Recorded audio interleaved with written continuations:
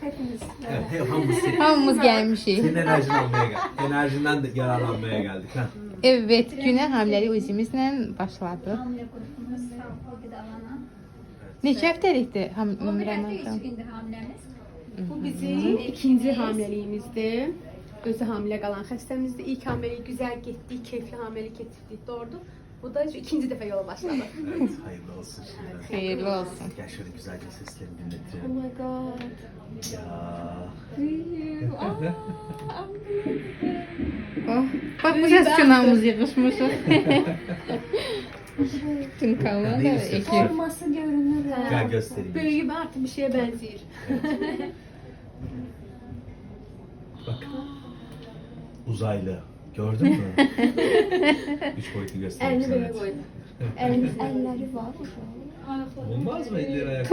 Tumurcuq oluşu bu şey. Studiyamıza zəng var. Gel kalsın kalsın. Ben bilmeyeceğim. Ortamı güzelleştir.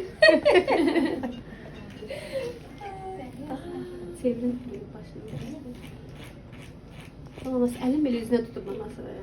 Gözlerini tabii. Gizlen pas oynuyor bizle. Biraz da tüntleştirin.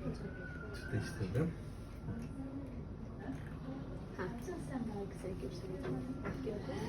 Gördün mü? Dört boyutlu göstereyim sana da daha rahat gör. Bak.